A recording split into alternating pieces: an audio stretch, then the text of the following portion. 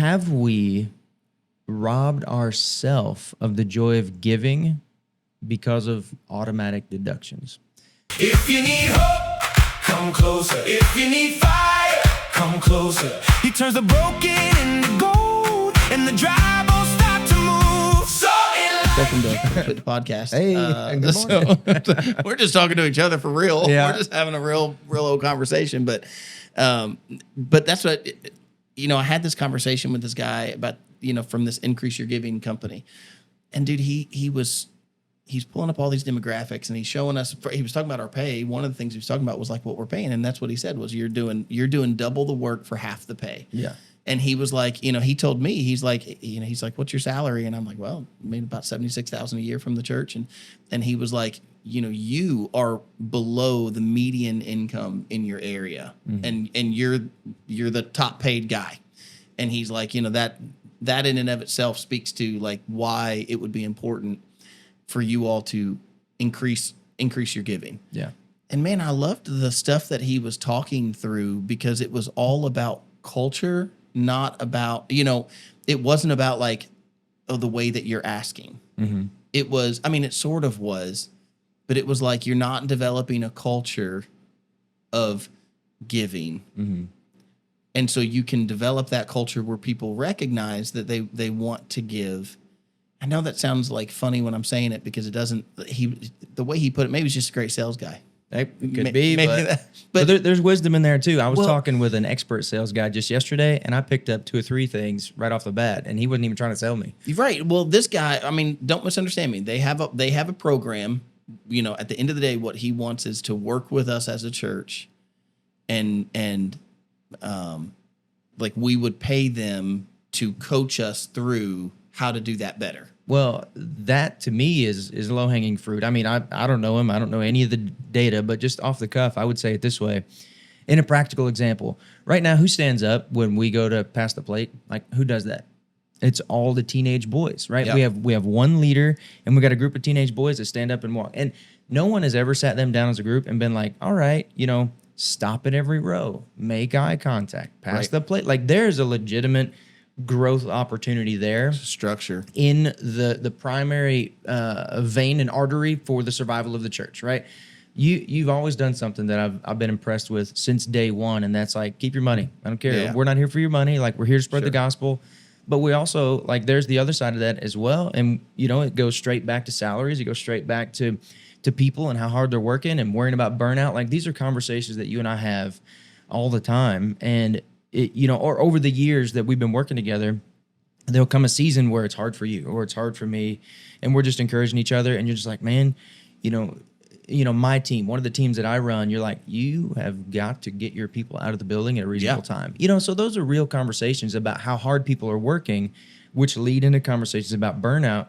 That one of the ways to sustain that, the Lord can sustain us. I'm not taking that away at all, but I'll say that yes, salaries are important, working hours at the church are important. I'm still beating that drum, but big picture, there are efficiencies that we could make in our process. And while finances are not the primary goal, they are the artery to keep the building open. They are the lifeblood in a way. Like the Holy Spirit, the Lord's the lifeblood of the church, the culture, all of those things. But man, you've got to have influx. You got to have flow. Well, it's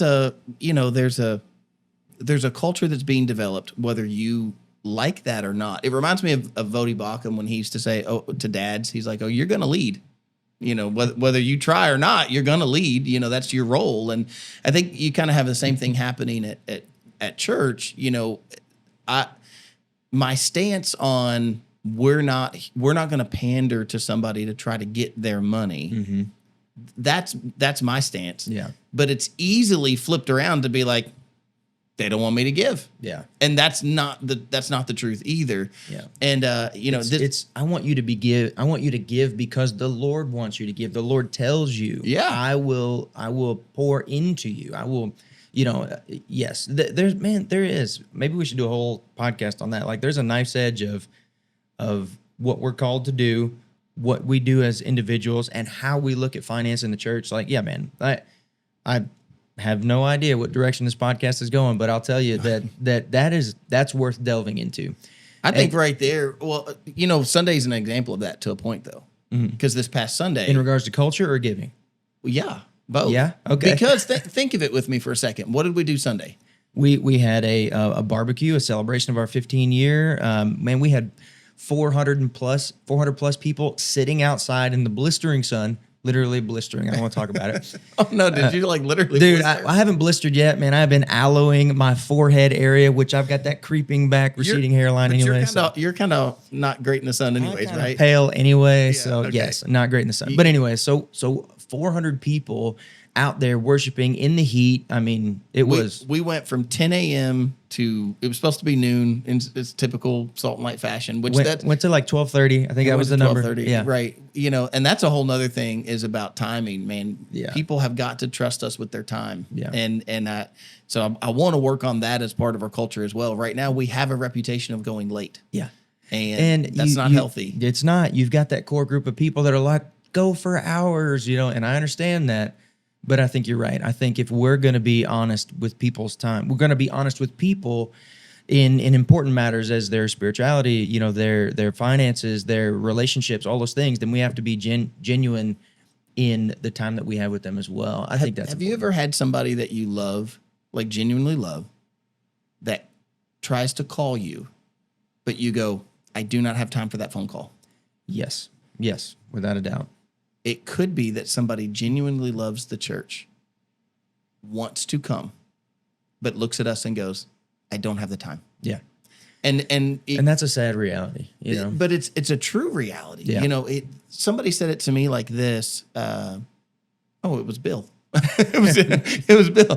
Bill, we miss you, brother. I'm definitely missing Bill this morning. So Bill said to me yesterday, he said, think about it, Justin. He said, for the guy that's working a 5-day or even a 6-day work week, and he gets this little block of time that he doesn't have to go to work.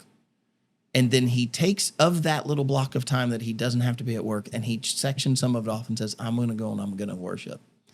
And so he's trusted you with his time, a very valuable time that is his time not working. He could work on his home. He could work on his marriage. He could work on it. And he says, I'm going to come and worship because I believe that helps. But then now he has to weigh that, and he has to say, but I also have to do these 10 other things this weekend in this little block of time. Yeah. And if I know that if I go there, that we're probably going to run late. Yeah. Then he now has to make a choice. It may not have anything to do with whether or not he likes our church or doesn't like our church. It could have everything to do with, I have to make a choice. I have to make a choice. And then you have the second problem. Take that a level deeper. That's the surface level of the guy coming to church. They're like, yeah, but I mean, what's an extra 20 minutes? Yeah, but what about the person you're now asking to serve? Yeah. That now they're coming early, and they're not only are you running over in time and causing them to stay late we look at it and we're like, well, we were 20 minutes late. We were 25 minutes late, Yeah, but the person in the nursery, you were 25 minutes late, and then the next person took another 15 minutes to get over there to the nursery. They're losing kids, literally like losing them emotionally at 12:30, and you've got parents not getting in there until 12:20 or 12:40, 12:45 to go get their kids picked up. Yeah. You just forced somebody serving to say, well, we're not going to get done at 12. They say that, but we're going to get done at like 12:30 or 12:45. Yeah. And so because they can't trust you with their time, and I don't mean that to be disrespectful, it's just the truth of it, then you end up with somebody going, well, I would love to serve, but I can't. Yeah. I don't have the time to do that. I had a real example of that just the other day. One of my brothers at church was like, hey, Paul, I'll show up for youth camp. And he's like, I'm in. I will do it. I commit to you right now. I'll do it. And then I think reality sat in, and we got to processing some things, and it came up like this. He goes, I am not changing my stance. I will be there for you and the students. He says, but I have a mountain of work to do at my house. I have to do this. I have family coming in. I want to get these things done. I have all of these things. And I was, first off, I received that as, oh my goodness. Thank you for the sacrifice, whether you make it out or not. Thank you for the sacrifice of making the mental commitment of I'll be there. Yeah. But he came to me asking, he's like, if you could stand to not need me, then don't need me. And I received that well as well. And I was honestly, I was very emboldened by that. I was like, oh man, that encourages me in times of, whether it's sermon running long or I'm sorry, service running long or something like that. When I begin to feel the strain of the body, and you, as a pastor, you see somebody come along and articulate that to you, I'm willing to sacrifice for you. It's encouraging from a leadership standpoint, just from a brother, in Christ, being willing to say, we're called to work, we're called to take care of our families, and for someone to say out loud, I will give for you. Right. That's pastor appreciation right there. Okay. I mean, it has nothing to do with us. I know that, but I mean, that makes me feel appreciated. Yeah. And if you constantly up the ante, like you said, yep, it's 20 minutes here, it's 20 minutes there. Like, what are we losing out on by not being disciplined in our service times? Right. We're losing out on all of those volunteers. We're losing out on people being able to schedule. We're losing out on growth opportunities. Like, there's a lot that we could do. And I wish I could snap my fingers and know the answer to all those things. But I've said this multiple times to the elders and even some of the deacons, and it goes like this: if I don't want to force us into a bigger church mentality, but I will say that there are other people, hundreds of years in the making, that have done what we're doing in growing a church. And the short thing is, or the short aside is this: are they any smarter than we are? Well, no, probably not. Maybe some of them, but can it be done? Absolutely. Do we have all the tools we need to do it? Absolutely. So what's holding us back? I think it's deep conversations like this. Yeah. What are the low-hanging fruits? What are the things that we could change to make it more efficient for our people, to grow, to maintain? I don't know. Brother, I think it's the balance that nobody really wants to talk about. Is, how much of it do you say, this is something I'm supposed to do, and how much of it are you supposed to say, this is me letting go and let the Holy Spirit do his work? And there's like two sides of every coin when you look at this, because you go, on one hand, you go, okay, well, like, can I force the Holy Spirit to work inside of this 1 hour box? No. On the flip side of that, does it mean that, is that the whole problem? Like, if we just had longer services, then the Holy Spirit would come? Like I can force the Holy Spirit to come if I go for 2 hours, or if I go for 3 hours? Does the Holy Spirit come and the Holy Spirit move because we go long? No. And that's the thing, that it's the balance that we walk. Kirk likes to, since he's not here, I'll quote for him. He quotes when he went to Asbury and they talked about, like, walking that line between order and chaos. Mm-hmm. And, how much do you structure to keep it from being chaotic and yet still leave room for the Spirit? And I think that for me, one thing that happens there, and I want to come back to what you said, though, so don't let me forget to come back, because you said something that I have a little story I want to tell. But I think for me, it comes down to, if there is a reason to be late, mm-hmm. then it's acceptable to be late. Yeah. If that reason to be late is, I just didn't say what I had planned to say, and now I have to, like, run and play catch up, that's not okay. Like, I have to do better. Like, I know how long I have. If you gave me a stadium right now, if Billy Graham Crusade called me and said, Justin, we've got a stadium full of people, our evangelist called out, we've seen you online, come over and come preach to this stadium, but you have 35 minutes. Brother, I would have 35 minutes. I wouldn't get more than that. Yeah. You have a stadium full of people, you have, bands and whoever. You would stay within the bounds that they gave you. Because that's what was given to you. Right. And you said something earlier about the Holy Spirit. If you go longer, will the Holy Spirit be there? No. Like, the Holy Spirit shows up in the gathering of believers. Yeah. Like, there you go. That's scriptural. He didn't give us a time constraint or a time limit or a restriction. He didn't say, go for this long or not. He gave no time. Mm-hmm. He simply said, if 2 or more gathered in my name. Yeah. Now, of course, you can whittle that down. This is why I say there's two sides to every coin, because you can whittle that down. Anybody remember drive-through churches back at COVID? Oh, man.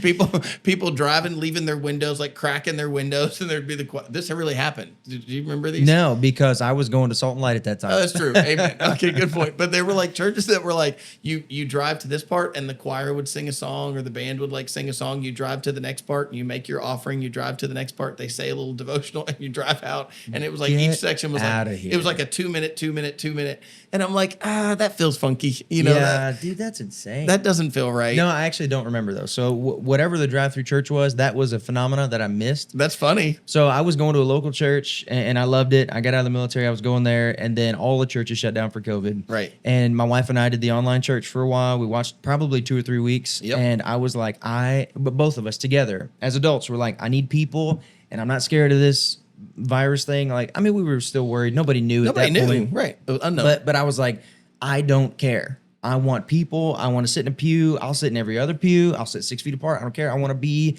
in a church.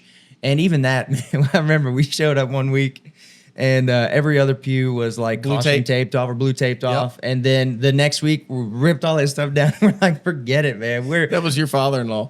He ripped it all down? He didn't rip it down. He comes in and we had blocked off every other seat.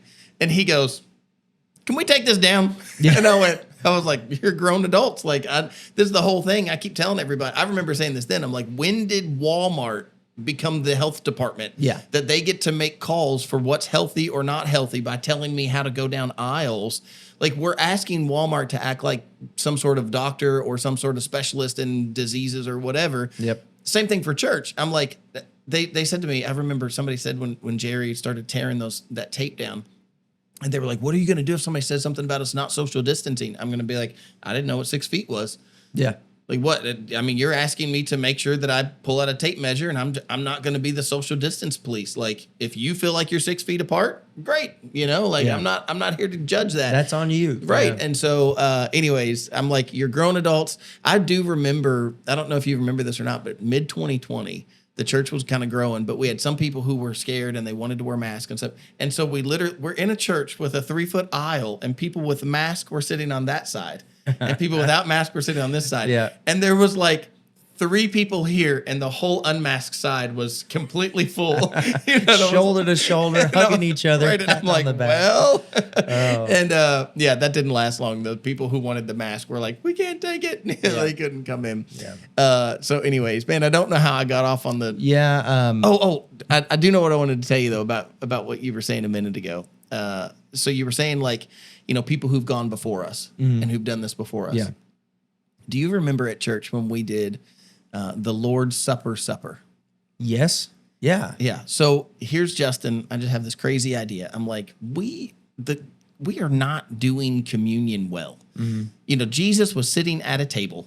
And they were eating. They had a meal. They had their Passover meal, and he takes the bread, and he takes he takes the bread and he breaks the bread. He says, "This is my body; it's broken for you." Passes it and tells him to eat, and then he takes the cup and he says, "This is the cup of the new covenant," and he passes it and he says, "You know, drink all of it," and then he says, "This do in remembrance of me until I come again."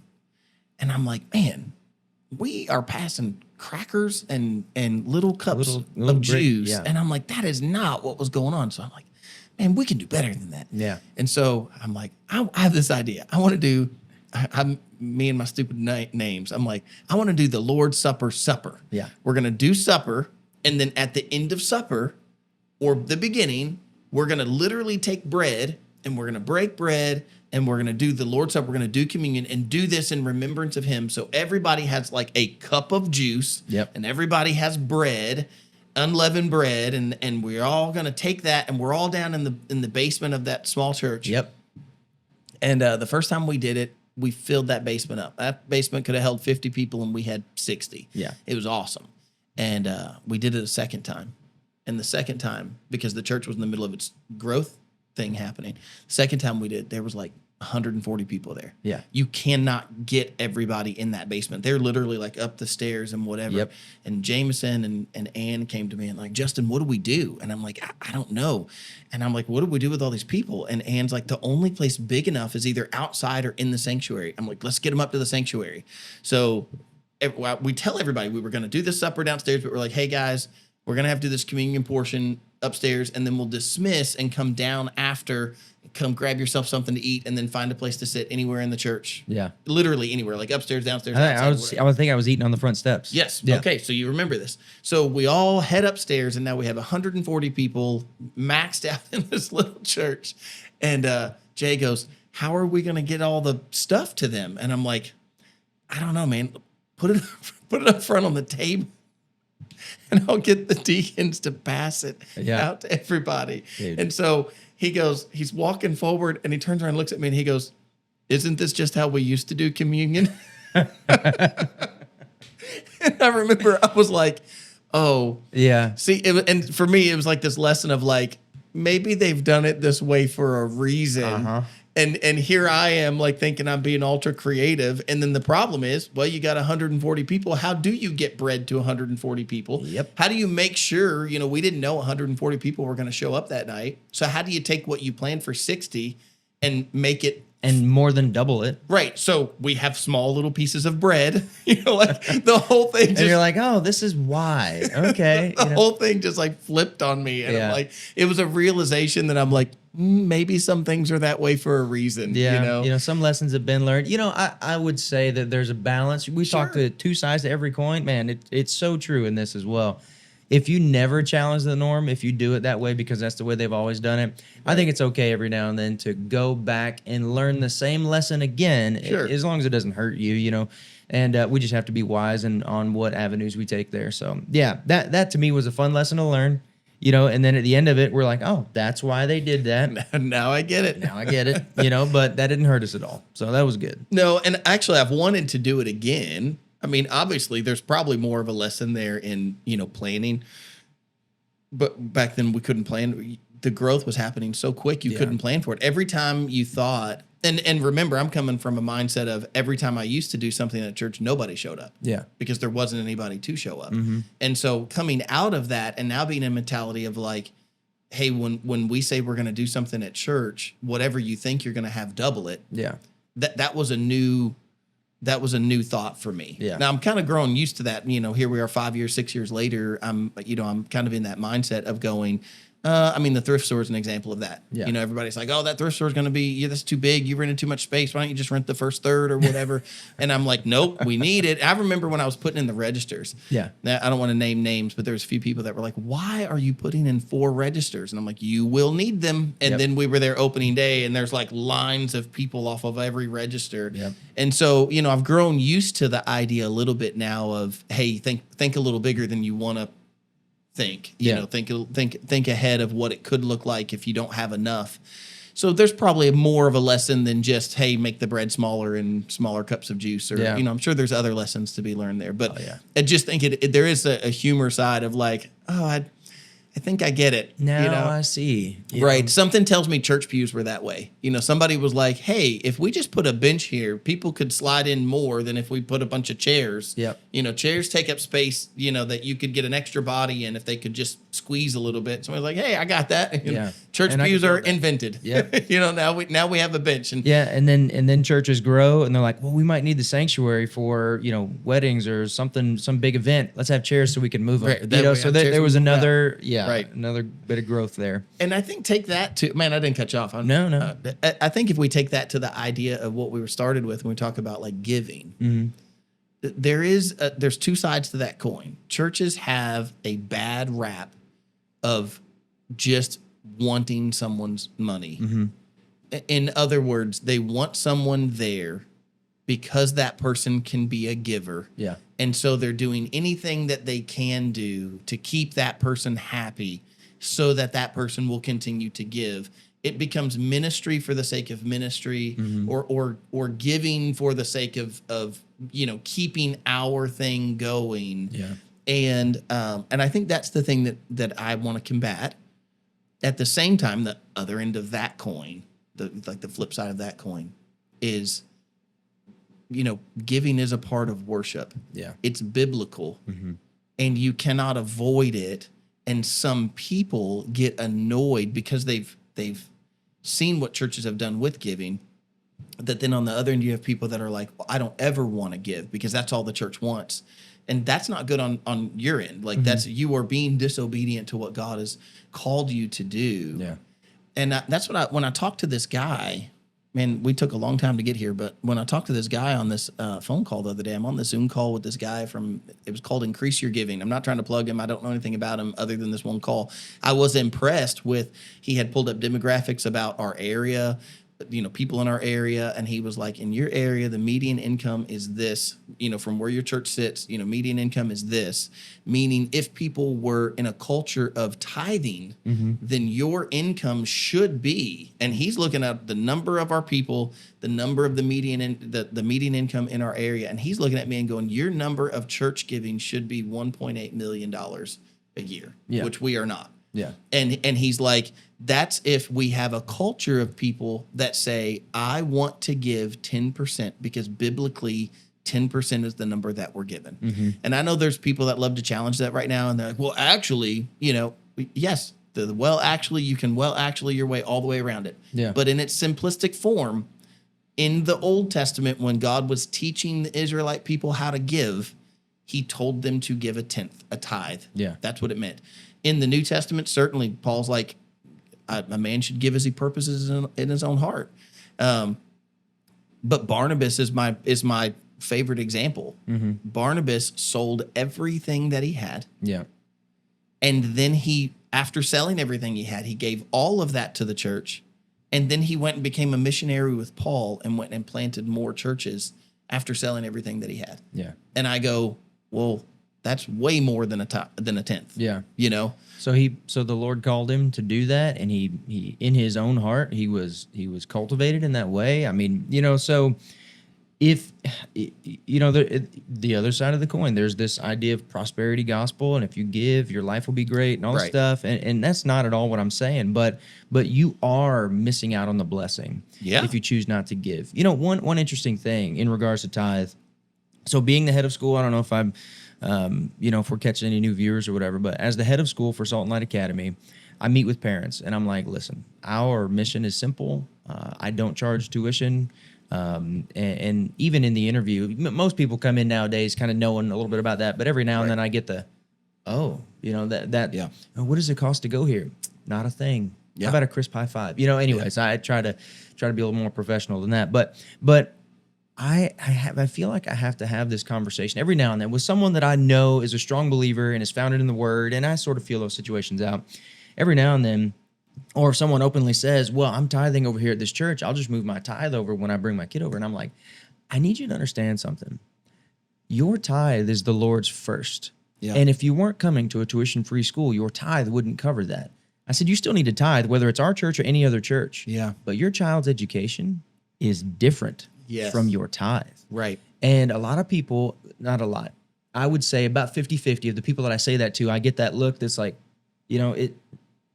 so you're telling me not to give my tithe to the school? And I'm like, absolutely. Yeah. Give to your church. And we feel that here at our church as well. Give your tithe to your church. Give your offering to the school. Right. You know, anything over and above that, like set that benchmark for yourself. And that to me is, you even heard me say it a second ago, that's a mark of what I would call spiritual maturity, in knowing the difference. There's a tenth that is the Lord's first, but your child's education, that is something you pay for. If you were going to send them to private school, would you send your tithe to their school instead as a method of worship? No, you wouldn't. Right. So, I mean, that's... Yeah, it's a good point. Like if you had, if you went to a school that was charging tuition, would you get that tuition from your tithe? No. You wouldn't. I mean, if you're a tithing person, if you say, hey, that's important for me to tithe, and this school is going to charge me $8,000 a year for my kid to come, you're not going to go, well, I give the church $5,000 a year, so I'm going to take that $5,000 and give it to the school. Yep. You're not going to, I mean, you would if you were maybe in a have-to situation. Yes. That you were like, I have to pay for my kid's school, and this is the only way I can get it is by taking it from the tithe.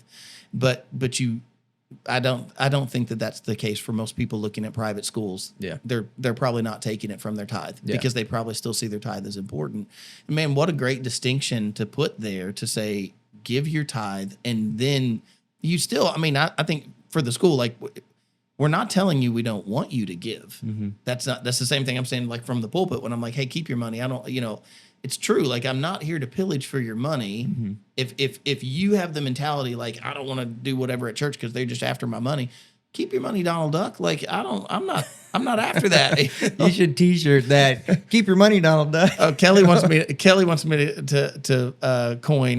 You can keep your pig money. Oh, dude, I still don't even know what that means, but it was so funny. It was in regards to lottery, wasn't it? Yeah, it's so funny, because even funnier was I didn't know that we had a person that Kelly knew, and that was playing the lottery. Yeah, and they took from that. They told her after that, they were like, "Fine, when I win, I am gonna keep it." And I was like, "You missed the point of that." Yeah, that conversation just breezed right past Right. you. I'm like, see, that's the whole point of like tithing that I'm hoping you don't like you took from that. Okay, fine, I'll keep it, instead of, oh, I am really wasting what the Lord has given me to go over here and play the lottery. Instead of that, you've took. I'll keep it. Yeah. Okay. Well, then I hold to what I said. Yeah. Keep your pig money. Yeah. It's funny though. I feel the same way about the lottery, but I've had those days. Probably I can count on one hand, like 3 days.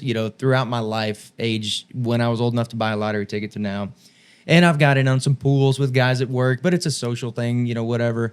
But I'm not a lottery player, and I don't recommend it, of course. But I had that day where I made the real estate deal. I mended a friendship. I bought a car. Like a day where everything possible went right. And I gotta get one. I was like, this why is not? my day. Like, today's my day. I was like, and every time everybody tries to justify, well, if I do this, man, I'm gonna give. How much can I give and all this stuff, and I would just, in a vacuum. Sure, that's a fun thought exercise. I would venture to say almost everybody's. If I had $1 billion, this is what I would do. And I would do this, and I would spend it this way. Like, everybody has those thoughts. But don't rely on the lottery for that outcome. Well, you never win if you don't play, or you could just be a better steward with your money. I don't know. That's just me. Yeah, and I'll tell you, I can tell the story now. Like, I had a grandma that was very addicted to gambling. Gambling, boat, lottery tickets, and she didn't see it that way. Like, just didn't see it. She spent all of her retirement money. I remember my dad, when she passed, I remember my dad being like, there's not going to be anything for us. And there wasn't, other than selling her home and getting the value out of her home. Yeah. There was nothing there because she had spent all of her money gambling. And she totally justified that with, well, I'll be, like, you guys go out on a Friday night and you go out to eat somewhere, and I spend my money over at the boat, and they'll give me free meals. And so what's the difference of you spending it on the meal or me spending it on the slots and them giving me a meal? And I'm like, well, my gut tells me you spend more on the slots than I do a meal. Yeah, odds are good. Just a guess. Like, and then my brother always made this good point. He'd say of that, and I think he even said it to her a few times. I don't know if he did or not, if I'm speaking incorrectly there and he sees this. I'm not trying to, but I think he even said to her, like, okay, but if you won, he's like, so say you go in, because their justification is always, I could win. Well, and it's I have a budget. I go in with a budget. I go in with $100, and I'm not going to go over my $100. And then like you said, and then I could win, right? Because I've played my 100. And so my brother would say this, yes, but if you win with your 100, any amount of money, are you going to take that amount of money and walk it out of the casino? Or are you going to take that amount of money and also put it back into the slots, because now you're playing with house money? Yeah. And the answer is always, no, I would play with that money. Yeah. And so at the end of the day, you're like, well, so then you can't actually win because you're always going to give it back. It's kind of like you saved us so much money. What account did it go in? Oh, man. That's my I just used that one yesterday. Oh, man. Kelly and I were working on the Happy Chaos podcast. And like, her and my brains, like, just don't. Like, we just don't see it. I made the comment. I said something about her having like how much she had spent. I was like, I was about to talk to you about, like, you've got to calm it down on the spending this month. Like, and she was like, what? Name it. And I started to name it. I'm like, look, if I name it, you're going to just discount it. You're going to say that doesn't count because we needed this, or we need, there's always a reason.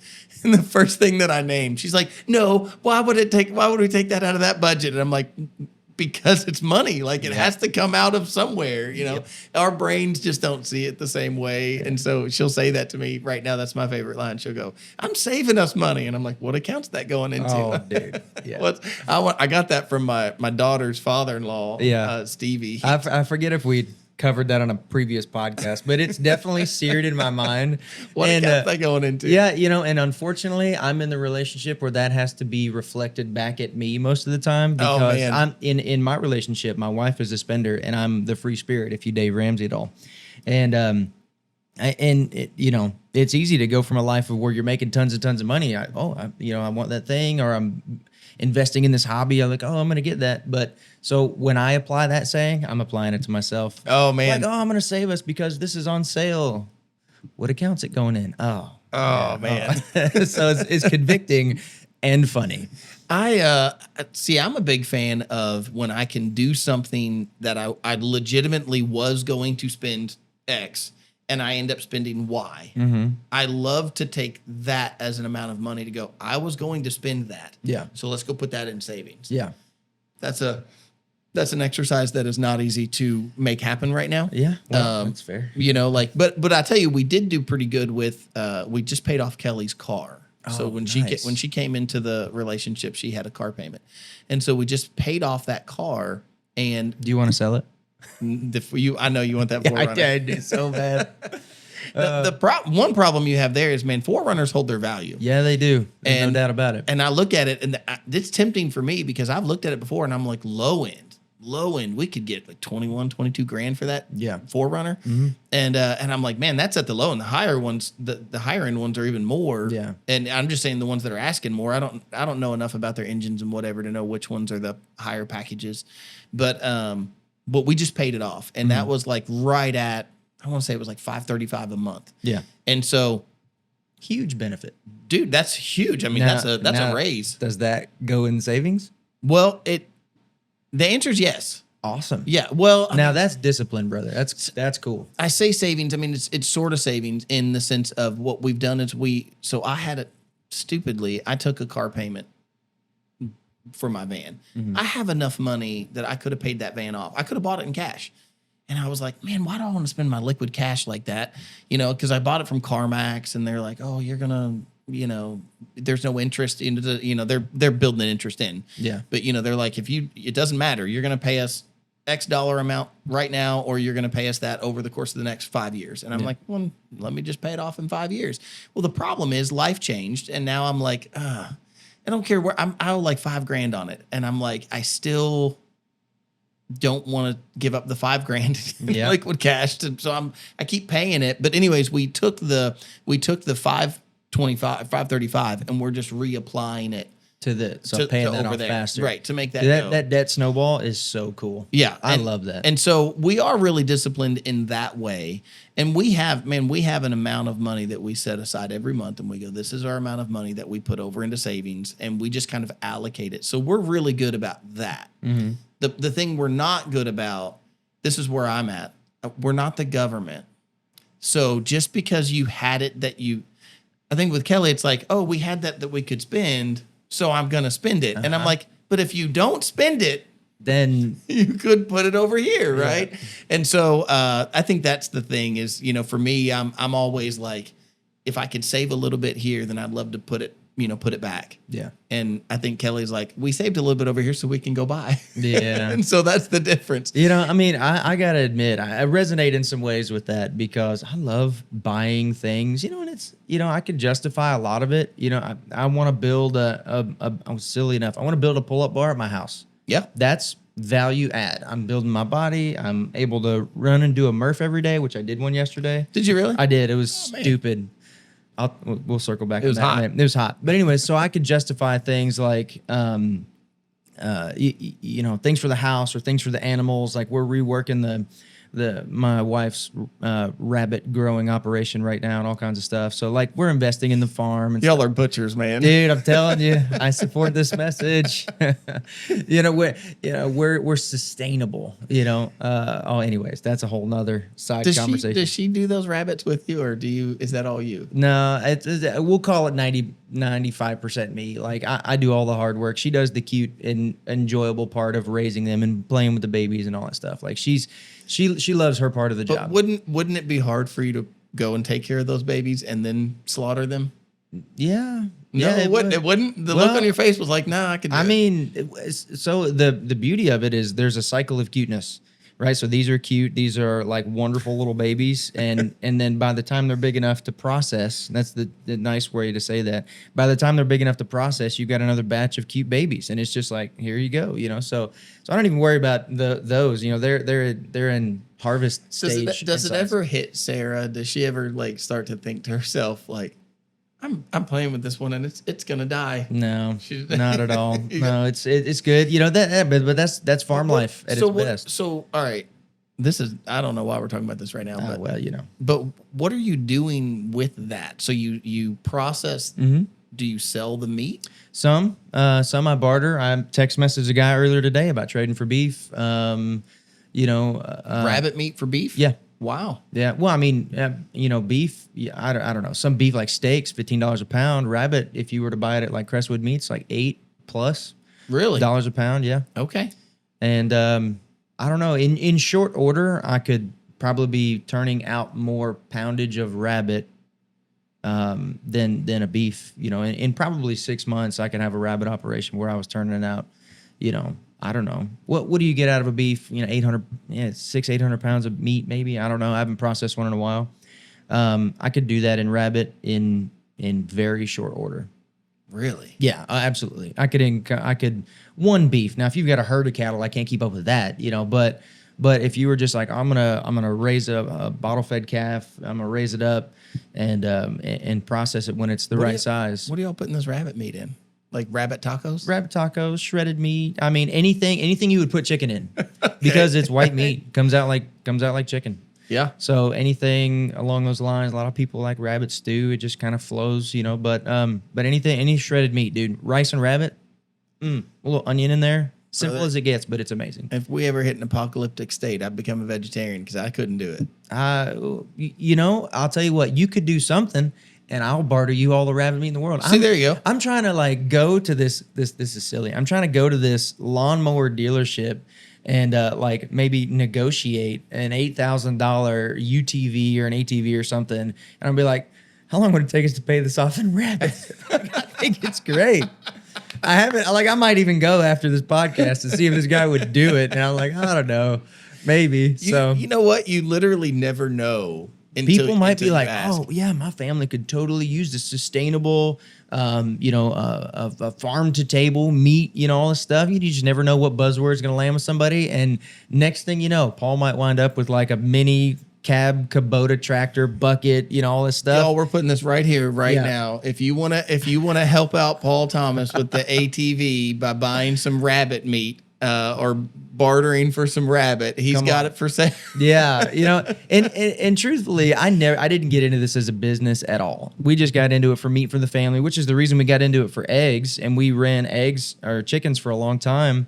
Do you not do chickens anymore? I don't. I had a predator problem, and normally, like I'm a hunter. I love being outside. I love, I was going deep at a little thermal scope. Like I was gonna like snipe these animals off my property. I got a dog. The dog is useless when it comes to protecting the animals. He terrorizes them more than anything else. If you're looking for a dog, I got a dog. Let's talk. You're not a dog guy. Dude, I'm not a dog guy, but I wanted to love him. So anyways, that's a whole nother podcast. Anyways. Hard to love him when he's doing stupid stuff. Dude, he terrorizes the chickens and the rabbits and the cats and like, herds my kids and all kinds of stuff. Anyways. So I had a short version of that story is I had a predator problem and it just kept wheedling down my chicken population, and I had a bunch of leghorns, beautiful laying eggs. And it just, eventually the cost versus egg, ratio. I am a numbers guy in that regard where, this is no longer making us money. It's only costing me money. It's no longer an asset. It's a liability. And I just moved on from chickens for the season. But I'll probably go back. We love having eggs. What'd you do with all the chickens? Sold them to a brother in the church. Oh, So, okay. yeah. I have chickens that my daughter wants me to keep, and so we do. The only thing I'm getting out of that is, I made my daughter happy. Yeah, because the chickens themselves do not lay near enough eggs anymore. And we had the same thing. We had a couple of predators get in. We went from 15 chickens down to 9 chickens in a few months, and then the chickens were like, "We ain't gonna lay any more eggs for you." Yeah. We're stressed. Yeah, you know? Now you're dealing with chicken emotions. Chickens are like prison, man. I've never seen such gangs. You ever put young chickens in with the older chickens? Yeah, there's some what do they call it? Jail yard justice going on. The pecking order is a real thing. Yeah. And I didn't know that. And man, it's rough. Yeah. It's rough to watch. Yeah, nature is metal. I don't know if that's Man, those chickens are hard. Yeah. They're hardcore. And I'm like, man, y'all are all ladies? Golly. Yeah. You got all the chickens on one side, they're all tatted up. I mean, they're like the ladies' chicken prison, Oh, man. I'm like, well, sorry, you're going in. Yeah, You know, like, we could talk to this one sister at a church. She kind of works in that industry. I bet you she'd corroborate our story on that. there's no way you couldn't. Yeah. I mean, I'm just telling you, I was blown away by how mean those chickens are. And then if one of them gets injured, Yeah. they're not like consoling. Let's take care of you. Yeah. I mean, Like, there's a weakness in that one. Right. I wanted it to be like the Robin Hood cartoon, like, Yeah. like, oh, get under my wings. Yeah. No, Absolutely that is not. not what they do. Yeah. They're like, we're going to peck that one to death. Yeah. I didn't realize chickens were meat eaters till I had them. Yeah, carnivores, omnivores, whatever you want to call it. Man. Yeah, they're vicious. I mean, I'm like, oh, y'all like seeds. You like bread. And they're like, give me the blood. Right. That's what they're like. We want the bloody meat. All these butch chickens out there. Oh man, it is that month. They're feeling the vibes in the air. Oh god. Yeah, they're like, Happy Pride Month. Give us some meat. Oh dude, yeah. We just took a left turn into Pride Month here. I think it's a right turn. But, Oh, I see what you did there. Yeah. That was good. Man, back to the financial thing. I think we should probably off rabbits, off chickens. Bringing that full circle. I'm gonna make that the intro. The butch chickens with the tattoos. Man, the guy that I was talking to, he was talking about the like culture of the church being like a giving culture, which I think that we do have a giving culture.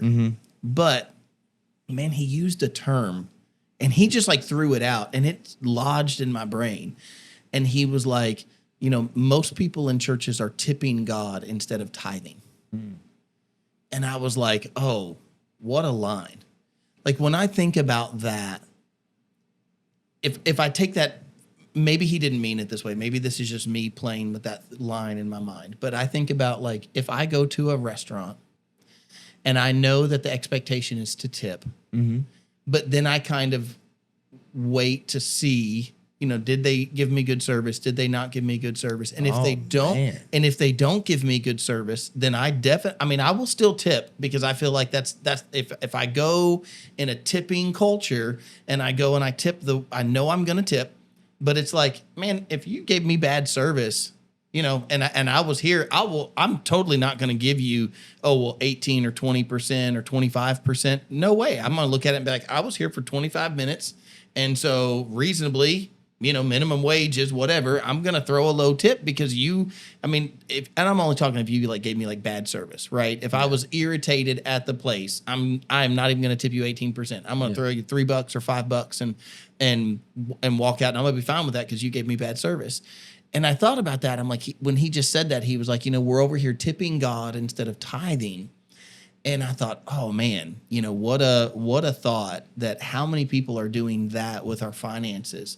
We're not in a tithing culture. We're kind of in a tipping culture that says, if God gave me more, if I had more, then I'll maybe tip a little bit more. Yeah, I would go another vein. I'm sure you were getting to this, but if I don't like the volume of the music, if I don't like the greeting at the door, if nobody high-fived me today, if I don't like the service, literally the church service, right? Then maybe I'll sure, everybody's like, okay, I'll give my 10%, and not everybody does that. Right.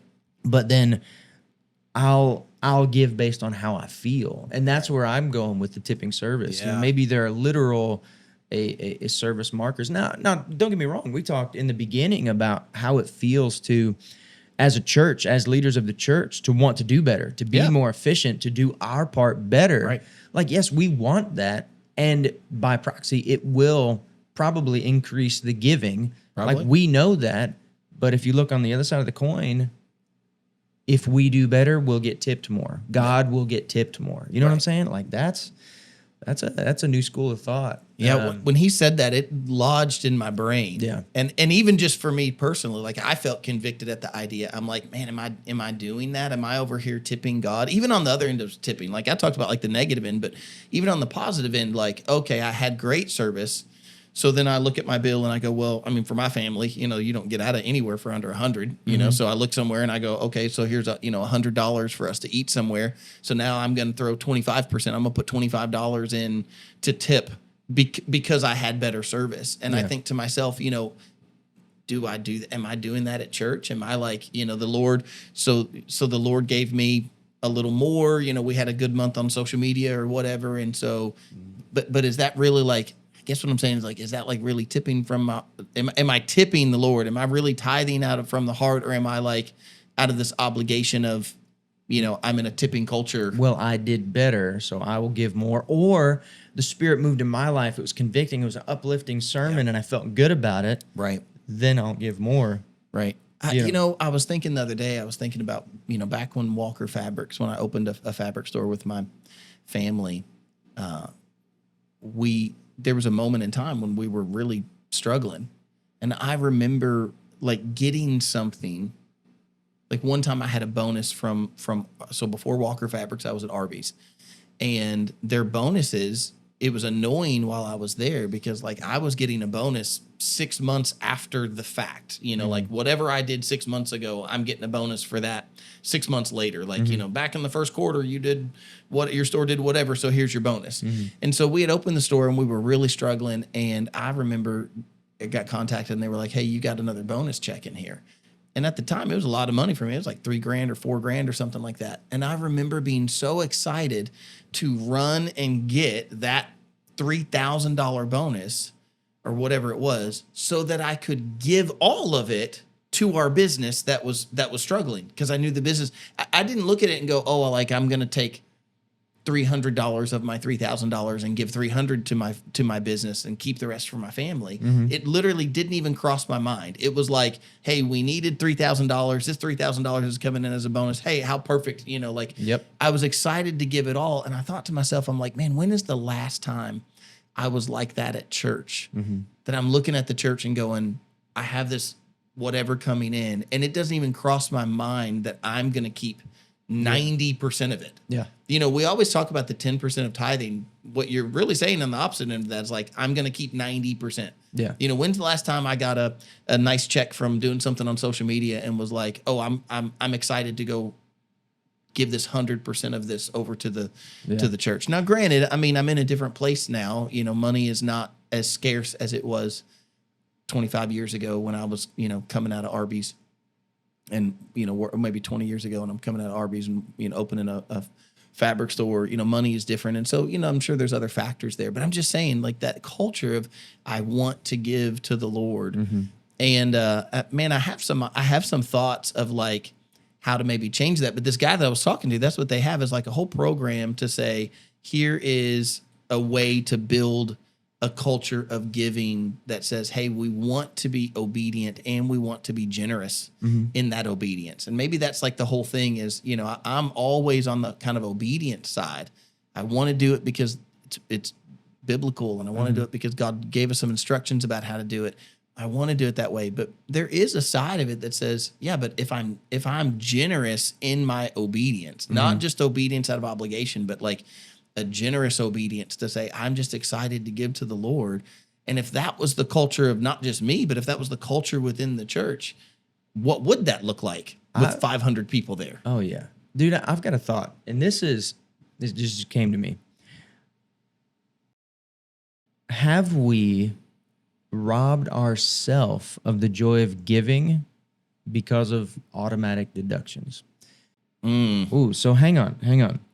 I was thinking about this for me personally. Deep water. I was thinking about my finances and how we set up to give, and it's an automatic payment. I calculate, whatever comes in the door, I calculate my 10%, I send it to the church, and I never think about it. That's the truth of the matter. I mean, I'm not coming today with, hey, this is a solution, this is what we should do. I just want to think about it together. Yeah. Like, I don't feel the joy of that because I don't feel it at all. Yeah. Man, what could we do different or better there? Now hear me out. Do I need to do the legwork of going to the bank, cashing and bringing in $100 bills and dropping those in the plate? Now that's not assuming you're not doing that so you can fan them all out in front of your friends and drop in the plate. You're not looking for joy that way. Right. But are you... Let me hold this in front of the camera before Let me stand up and stretch, this money here and then drop in the plate. I've got a rock tied up in the middle so it really dinks really loud, when it goes in there. Coins. That's where you put the coins. Big gold coins. Yeah. Or you get little plastic pieces of gold bars and you just toss them in one at a time while staring the usher down. Here you go. I don't know. So you're missing all of that, so maybe, but from my original point, have we removed the joy of giving because everything I give now is digital? Man, you're hitting me in the gut. You don't even mean to. Well, I mean, this is straight from me. Like, it came to me, and I'm like, I feel this. When you're talking, and then when you said the thing about like the big gold coin, dude, just the other week, like literally a couple of weeks ago, I remember the story. I bought silver. Yeah, and my dad had convinced me because he's been buying silver. And he's convinced me to not only buy some silver, but he convinced me to buy it in actual coin. Like, not just invest in it on a digital sense, but like get actual coins. Yeah. And dude, I was like legitimately excited about some silver coins. It's cool. It was. I mean, I'm like, I got like a little pirate's treasure here, By the way, Justin lives in Utah. Yeah. That's right.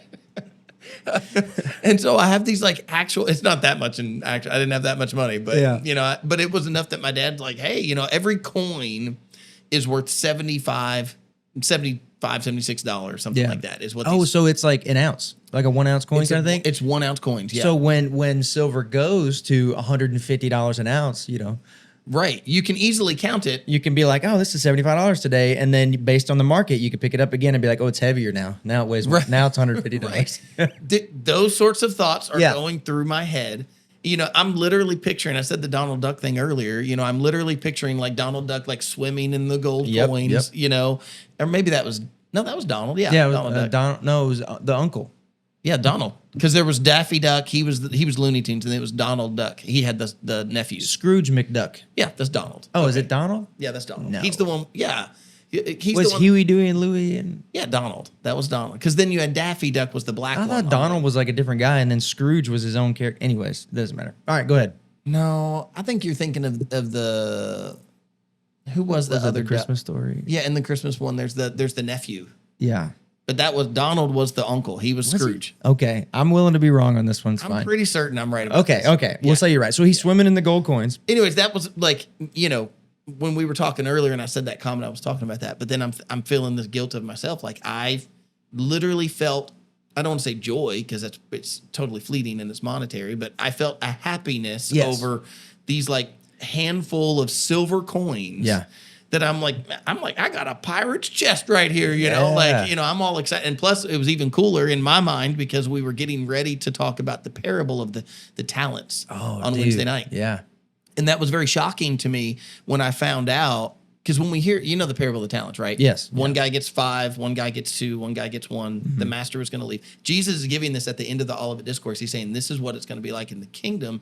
And he says, the master had given one guy 5, one guy 2, one guy 1. And the guy with 5, he doubles it. The guy with 2, he went and doubled it. The guy with 1 went and buried it in the ground. And I made the point, I made a couple of points from it, but one of them, I had just got those silver coins.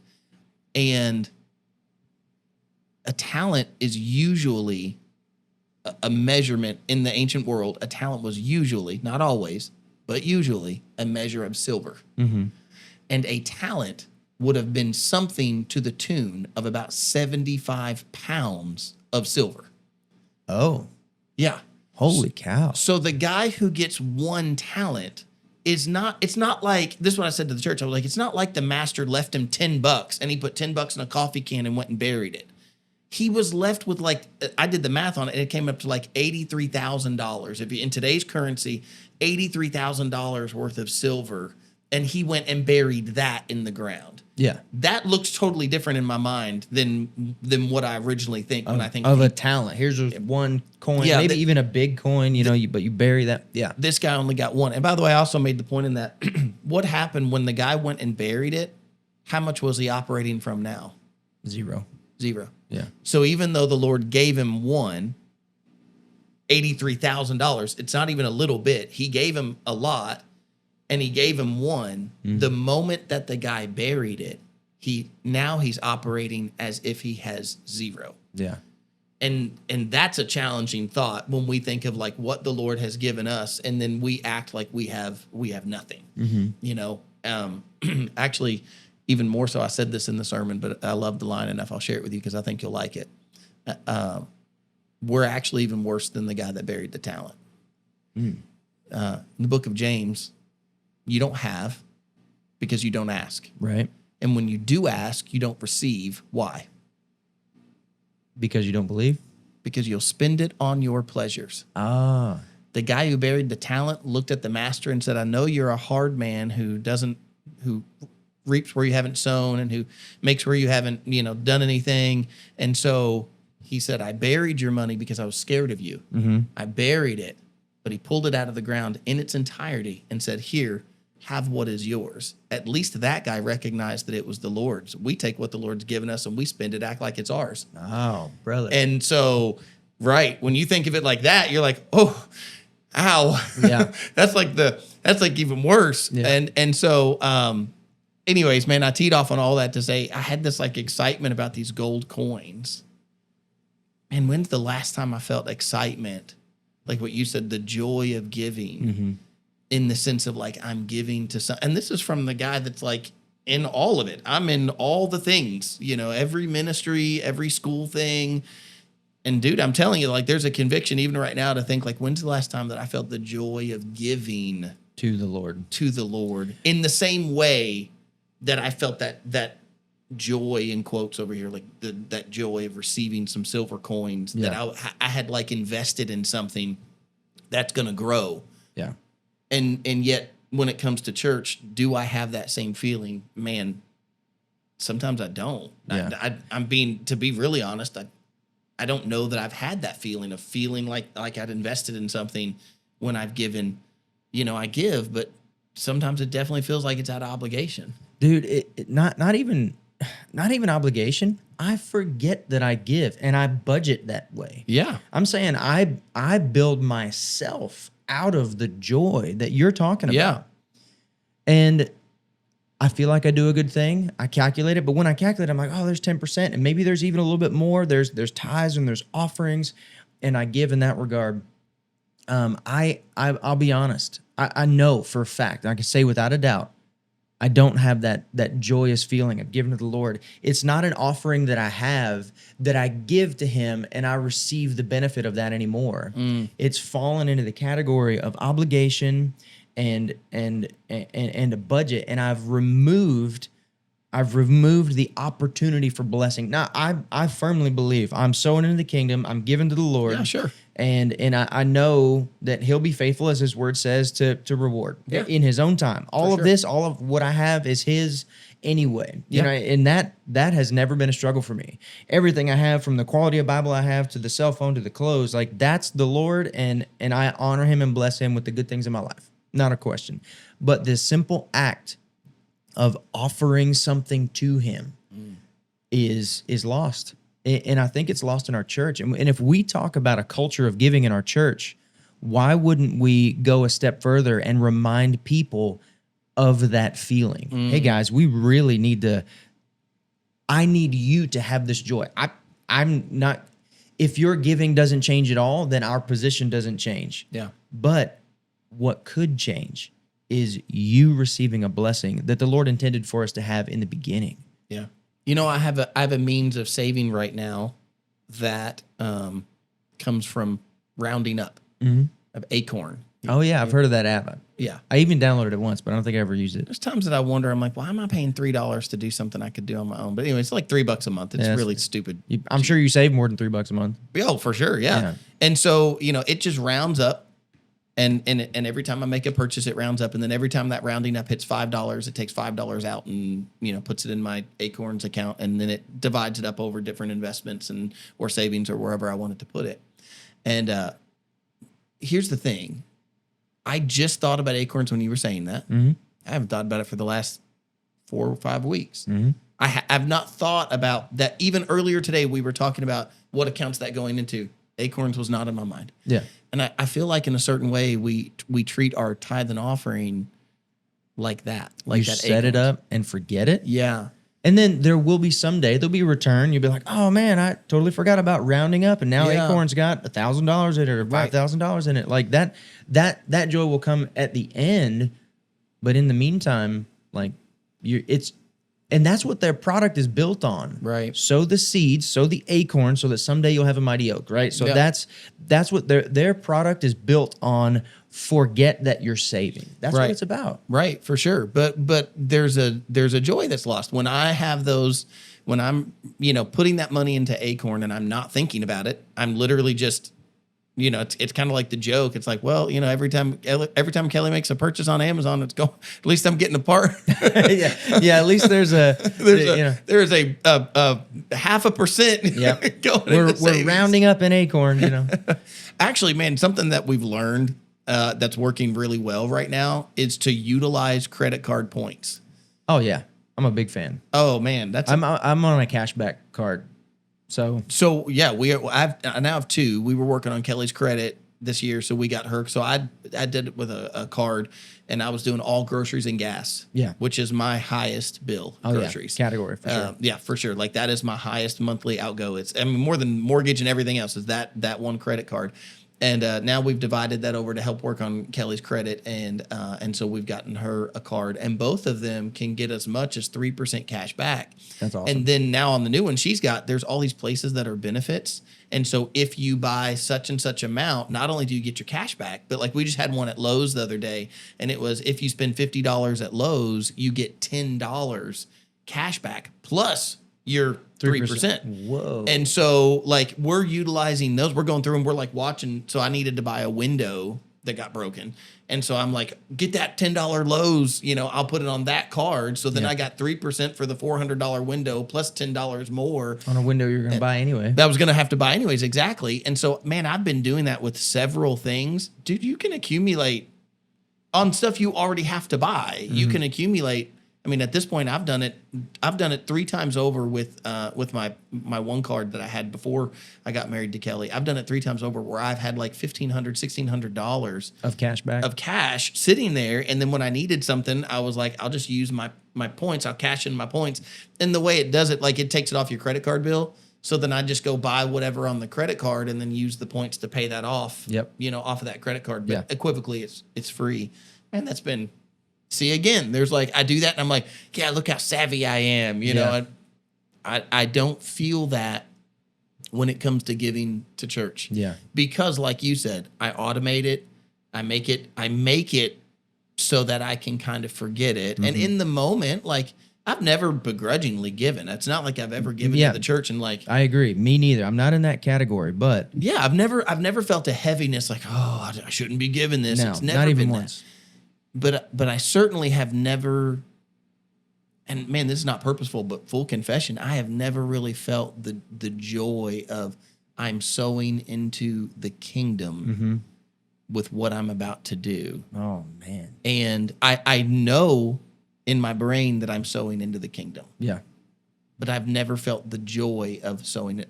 I have felt what I would call happiness or joy holding some silver coins. I have felt happiness or joy when I've invested in acorns.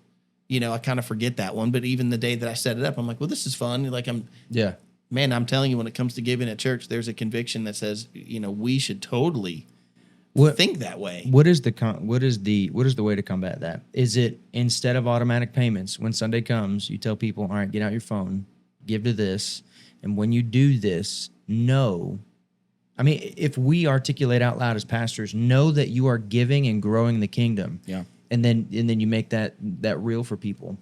But then it sounds like, oh, get out your phone. I want you to give, or is it, as we mentioned earlier, your pile of coins? What if we instructed our believers, those that consistently give, be like, all right, we're going to try something, pull out cash dollars. And people are always going to be like, oh, well, now your church just wants cash so you can claim it differently and all that stuff. So there's a lot of friends wouldn't have to claim nothing. Yeah, exactly. So you can give it digitally, you can give it in cash. It's a church. We're not paying taxes. But if some of y'all got mad at that right now. Oh yeah. I see what you did there. But if you have something tangible to give, to drop in the plate, like you're like, I am giving to this mission that is the church. Or have people say it out loud. I grew up in a church, and I don't know if I'm going to be able to remember all of it right now. But it was said so many times in my mind that it's stuck over the years, and if I'm not trying to think about it, it'll come up. So it's I'm too blessed to be depressed. I'm too anointed to be disappointed. Something. My needs are met. Receiving checks in the mail, gifts and surprises, finding money, bills decreased, bills paid off. It is just something that we said all together, like a kind of a mantra, kind of like a mantra thing. And I'm too blessed to be depressed. I'm too anointed to be disappointed. And I forget how it ended and rounded up, but all to the glory of God. It kind of ended with a thing. And normally off the cuff, I would be able to just rattle it off because I said it 1,000 times as a kid. But maybe maybe a tactic for the church is I'm maybe for you it's tangible dollar bills. I want to drop those in and know that something physical is going to the kingdom. Maybe there's that. Maybe it's as you give digitally, you prayerfully accept that blessing. I don't know what it is, but I feel like we're missing something there. And maybe it's something that we need to ponder on. I also wonder on the other end of that, if there's a way, man, I'm shooting from the hip here. And maybe this is actually part of what that guy was talking with me about was, and by the way, I love that we've had this podcast, that we've just had this like full on discussion for everybody else to be a part of, Yeah. I feel like that's the most natural sense of what a podcast should be. Dude, it is a conversation about things I didn't even come prepared to talk about, but I mean, it's a good topic. When two or more are gathered, the Holy for Spirit's sure. there, man. I do feel a Spirit leading today because I came to talk about the sermon. But I feel like you gave a revelation, like there's a revelation that happened from this conversation, about this kind of joy of giving. But anyways, I had this conversation with this guy, and he said, he was talking about like follow up after giving. And he said that, people, I couldn't say it exactly like he did, but he was basically saying like churches are really good at follow up for visitors. Somebody visits the church and you have somebody contact them, you send them an email, you send them a message, you do this or that or the other. Mm-hmm. But he was talking about follow up with giving. That, and I don't know what he meant totally by that because I didn't buy the program, and so I don't know all of what he would have to say there. But I just wonder if some of what you're saying, mm-hmm. if some of that encouragement of feeling that joy, it could come from a follow up of like what happened with what you gave. Some sort of a follow up that's like, you gave to this, you sowed into this, and the church is doing this with it. Now I rely heavily on, everything the church does is transparent. Yeah. So I just say that, and I mean it from my heart. Like if anybody wanted to know anything that we do, they could find that. But it's not a deliberate conversation with someone to say your dollar sowed into this ministry, right? Brother. So I'm in the realm of development now, mm-hmm. right? I'm trying to develop relationships with people. I'm trying to grow our school mm-hmm. as a head of school. I'm trying to grow the monthly giving. So if anybody else out there wants to donate your $5 a month Starbucks money, I only need 50,000 of you, to come on board with us. So that's somewhat joking, but we actually need on a monthly basis for the school. If we could get 1,000 people to donate $5 a month, yeah, we would cover the school for now. Now that wouldn't and that would give us some growth. Yeah, it wouldn't future proof, but for this year, that could sustain us through the summer. Like I choose to pay my staff 12 months, so A lot of people forget about giving in the summer, but I don't want to derail us, but come back to that thought. Yeah, I in will. a moment because I want to say something about that. so anyways, dang it, I tripped myself up thinking about the How it school. was me. What's You said you're head of school and you're working on growing the school. Right. So, all right, there you go. So I'm leaning into the development side of things. Like I'm trying to meet with people. I'm trying to articulate those things. And what I do is I get on the phone and I just say, thank you so much for your support of the school. And do you have time for me to give you an update on what's going on with the school? So when I call people, it's usually that. And then I like to know, I love people. The Lord's put that on my heart. I love people. It's easy for me to talk to people. So I usually ask about their life and what's going on. And I genuinely love hearing their stories. But part of what I do is I always offer, let me tell you what your giving has achieved, and whether it's more students or whether it's books or whether it's teacher training or whatever, or building funds or building classrooms, whatever it happens to be, the new exciting blessing and story. I want people to know that. And maybe there's a way that we can do that at church, instead of just, I give digitally, I forget that I give, and I never get a follow-up on what we do or what is done with that money. Brother, I think that's maybe it's on us as the church to help give that joy back to people. Right. And I think there's a line that we have to toe there, because we don't want it to turn into as a feeling of like, oh, you're counting my tithe, and if I don't give, you're not gonna this or whatever, because that happens. I mean, there are churches that absolutely come to you because you didn't give, or you didn't give the same that you used to give, and did something happen? They couch it in different ways, but they definitely can be off-putting. It can be off-putting to feel like, okay, you guys are just counting on me for my money. That's the thing you want from me. And that's not the truth, man. Yeah. What we want of everything else, what we want is for people. And I think we've proven this. We've got a track record of proving this for the last 15 years. We want people to grow closer to the Lord. That is our ultimate end goal. Yes. But in part of growing closer to the Lord is even like what happened between us today, to say, hey, when the Lord convicts me and gives me new revelation about something that's in my life, man, I love that. Like, I'm not walking away from this being like, oh man, I'm so beat up, I feel so down. No, I'm like, no, I want to be restored to that joy. Empowered. I have new direction. How many times we pray in our life, Lord, just give me the answer. Oh man. And then sometimes he does, and we're like, oh, all right, well, I didn't really want an answer. But our prayer is genuine. Lord, I really want you to make a move and a change in my life in a positive direction. So, I mean, this is exciting to me, because this is one of the things that we've got, we've got it recorded now, where I've learned something new about my giving that I wasn't even thinking about before. It was not beeping on my radar. No. It wasn't, because it's automatic deduction. Yeah. It was something I give wholeheartedly, but I forget about it. Stealth giving. Yeah. Watch out for stealth giving. I wonder too, something else that I've had a thought of, and man, this is like literally me spitballing, like I don't know if there's anything to this or not, but I just wonder, the Lord had times in the Old Testament, literally had times of giving. He had like first fruits offerings, or he had Feast of Tabernacles, and there were these times that people would come and they would give. We often talk about the first fruit. You should give the first fruits, right? That's the spring offering. But there was another offering in the fall, and they would do that offering as this is what the Lord has blessed us with. And so we give from that. And there would be another feast time when they would all come together and celebrate what God had given. And that came with an offering. People brought their X, whatever that was. They brought their stuff as an offering to say, the Lord has blessed us this year. And it was literally a celebration. Yeah. Nehemiah, I don't know if you remember when we went through Nehemiah, you had just started the church and we were going through Nehemiah. And it was a really cool time. I don't know if you saw it this way, but I know your mother-in-law does, because we've had this conversation that like week after week after week, exactly what we were experiencing is like we would read about it in Nehemiah. And it was like,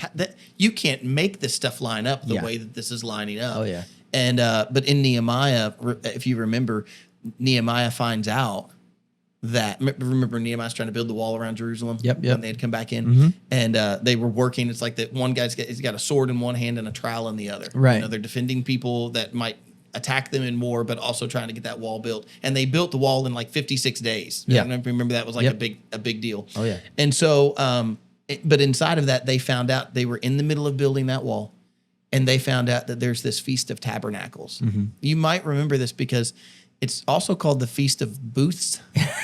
Dude, I knew you were going But I can't say booths well, and it comes out if I'm talking fast, I'll say the Feast of Booths. Booths.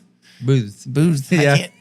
I remember. I just kept saying it, and this guy comes up to me after service, and he goes, "I thought you were saying the Feast of Booze," and I was like, "Man, I'm all in for this one." Oh gosh, we need you say, all right, we need to have a pastoral meeting about something else, but right. but yeah.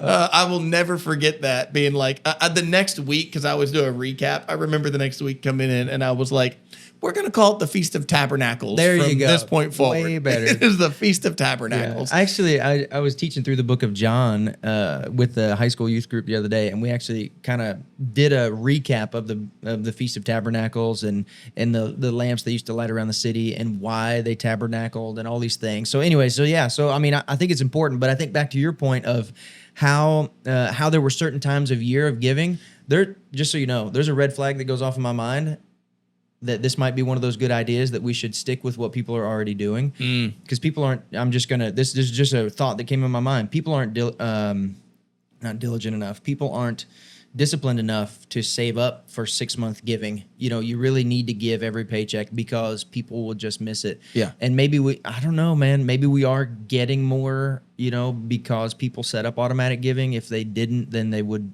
spend it on themselves. I don't know. That's a whole nother rabbit trail of finances and conversation that I feel like is available to us. But to your point, I just bring us back to the times of year for giving, and that's where I think I cut you off. Yeah, well, and I'm just wondering if like in a sense of, I don't know, and like I said, I'm spitballing here, but maybe not in the sense of like I saved up for 6 months and I'm giving all at once. Yeah. But I mean in the sense of like, hey, there's this time of year that we celebrate what the Lord has given to us, and we have an offering at the same time they used to have an offering. The Lord set it up. So this is more like a way for the church to not highlight people's giving, but a way for the church to bring that joy, like we were talking about, and do it. I've wondered recently. I say always wondered. I've wondered recently why we don't, and I actually looked up, hey, why do Baptists not do all the feasts and different things like that? And that's again, whole nother podcast, but I think it could be a useful tool, something that the Lord set up to begin with. And we probably ought to do it anyways, just because there's this weird little culture of Jew hating right now. Oh yeah. And I mean, it is rampant and very difficult to deal with. Yeah. I had a young man get up and walk out of a service the other day because I brought up the Jews again. And I've made it very clear where I stand. It's this weird thing where people think that they're allowed to discount the Jews and that the Jews aren't God's chosen people because the Jews are doing bad stuff. And I'm like, no, that's what they've always done. They've always done bad things. Like this is nothing new. This is nothing new. Like that's the love and mercy and grace of the Lord, that he takes this stiff-necked and sinful people and he redeems them unto himself again and again. And thankfully so, because that's what he's saying in Romans 13. Don't be prideful. And Romans 11, excuse me, I said 13. Romans 11, don't be prideful and think that you're somehow better. Yeah. Watch out, because the Lord will cut your branch off too. And so, I look at it and I just go, I'm so thankful that God is merciful and gracious to dumb, stiff-necked people who don't realize they're sowing into the kingdom, or whatever. Yeah. And so, I'm grateful that the Lord is that to them, because that's what he is to us as well. Yeah. And he doesn't, here's the deal. This is the way I'm trying to tell people with the Jewish thing is, hey, the Lord is faithful to his promise. He's not faithful because we're good or because we're this or because we're that. He's faithful to his promise. He promised it, and he's going to fulfill the thing that he promised them. That's the part you can't. If you take that away, you're not doing what they want you to think, that it's like, oh yeah, get away. Like the Jewish people are this. They're the ones that are causing all these world problems. It's the Jews. It's Israel. It's whatever. It's the Mossad. Okay, I hear all of that. Yeah. Understand if you are right and God takes his hand off of them and says, now it's the church, it's God that didn't fulfill his promise. Yeah. and you are pulling out one of those pins that is our anchor point in the Lord. I say this about creation. I say this about a whole lot of other things. You can't do that with the Bible where you go, man, I'm with it. I don't like what Israel's doing in some areas of the world. I don't like what Israel's doing in war. I don't like what I hear about Mossad. I don't like those things. I don't like when I hear that they're influencing elections here in Kentucky. Do not like that. Yeah, like absolutely. I am totally against that. It doesn't change that they're God's chosen people. Yeah. You cannot get away from that. And you certainly can't dog on God's chosen way of doing things with his people. Mm-hmm. God organized those feasts, not the Jews. Yeah. You know, like when you're dogging on Jewish feasts and festivals and rituals, you do realize that God set those things up. Now, Jesus fulfilled those. Don't misunderstand me. Yes. So you were saying a moment ago, hey, why don't we? Yeah, why don't we? And the answer is Jesus is the fulfillment of those. Yes. Yeah. But man, there is a benefit. There was a guy, Sam Nadler. We did a video series from him years ago, and he did this like 7-part series on the Feast of Israel, like the different feasts that they had, what they meant to the Jews then, and what they mean to the New Testament Christian now, and even looking into the future, the prophecy that comes from them, the prophetic side of them. And anyways, it set Sarah and I, my late wife and I, off on a little journey. And one year we did each of those feasts and celebrations, like in our home. Like as a family? Yeah, we literally did as a family. And I remember, one night we came home and like one of the things they do is they have no electricity. They only use candles. And so like Sarah had all the lights off and she had candles and, we had all these different elements and, we're going over what those different elements meant. And it was really cool to see that from a perspective of experiencing what it's like we can't totally live that out, what they used to do, but you can at least get a glimpse.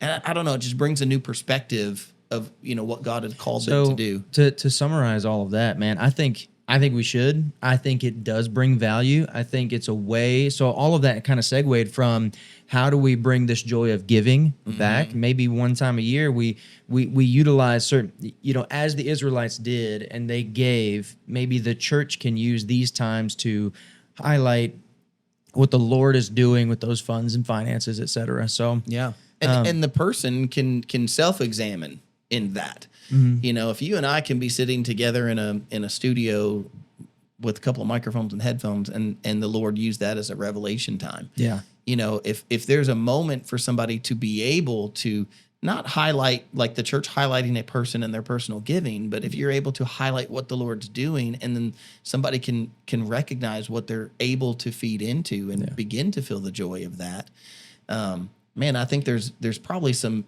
real value to examining what our practices are, why they're that way, and which ones could be done better. Yeah.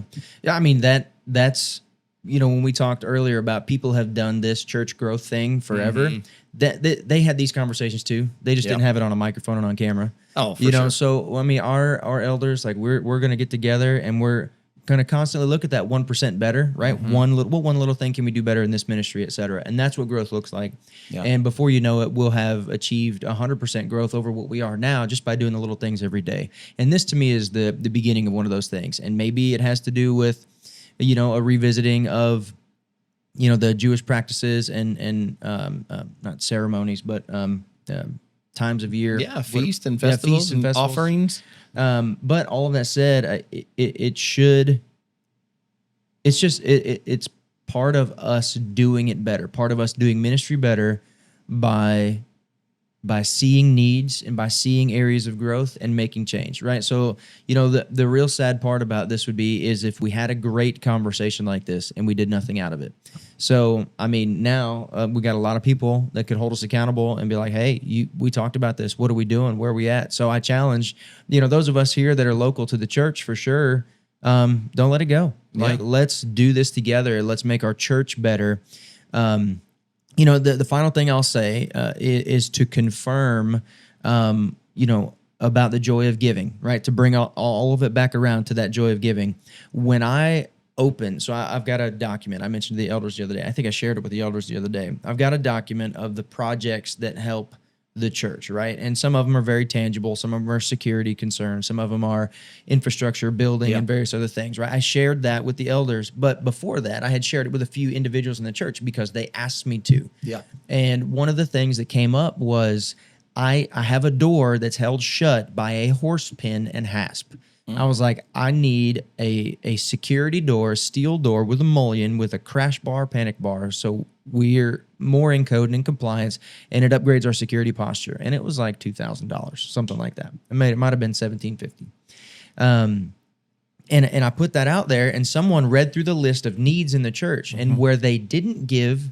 Well, I don't know if they gave. Let's assume they gave tithe. I don't want to throw shade on anybody, but say this person was tithing their 10%, but they saw a need and they wanted to give to a specific thing. That joy was right there. Right. And now when this person comes in the sanctuary, they know I have a part of the security of our church and our school, and I can see it. Yeah. And giving to tangible things is exactly what we were talking about earlier. It's not auto pay. It's not auto deduct from my check and just give to the kingdom and never think about it. Right. It is a real, tangible thing, and people want that. Yeah. And the way that I know is if I'd had a conversation and be like, "Hey, why don't you give $2,000 extra to tithes and offering this week?" They'd have been like, "No, I'm not going to do that."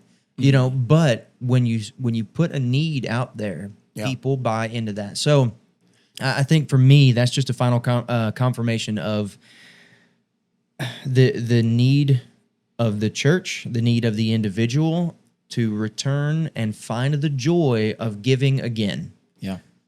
So, man, I love every bit of this conversation, dude. Was not on my topic of conversation that I came prepared to talk about, brother. I skimmed some headlines and you were ready. I was ready about whatever I thought we were talking about, and then we come in and we're like finances. Oh, all right. Well, let's go deep in something that can ping me personally and convict me and grow me. So, yeah, dude, this has been awesome. We never know what to expect. I don't, and part of my analytical brain is like, man, I wish Justin would just show up with an outline and be like, let's talk about these things. Oh, this has been so much more fun. Yeah, for sure. I love anytime there's a revelation moment. Yeah. And I feel like we've had that. You can't make that stuff happen. Yeah. You can outline yourself to death from those. Mm-hmm. I think that, there's probably some sort of a balance in what we're saying. I'm certainly not encouraging everybody. And by the way, the majority of people watching this are probably not in our church. So I'm not encouraging you to go to your church and pull your automatic giving. That's not what I'm saying. I think that, not. There's got to be a balance there. There's a purpose in automatic giving so that, like you said, so that I don't forget. Yeah.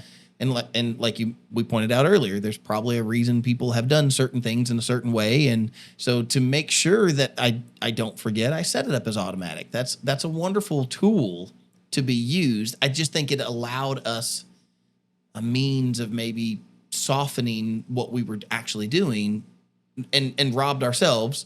And so I guess what I'm saying is there's probably some sort of a balance where, maybe we can highlight and recognize what it is that we're doing, even in the auto giving. Mm-hmm. You know what I mean? Yeah. Like there's got to be something there that says, don't just go and, how far are you going to take that back? Are you going to say, okay, well, not only automatic give, but also don't give straight from your checking account, go get cold hard dollar bills and go get silver coins. Go get silver coins and put in silver coins, which would be cool. That would be so cool. I mean, we could actually have a pirate chest. Yeah, just like dink it in there. Ding, ding, ding, ding. I mean, with a church body, the ways are the size of ours or where I think it's growing to.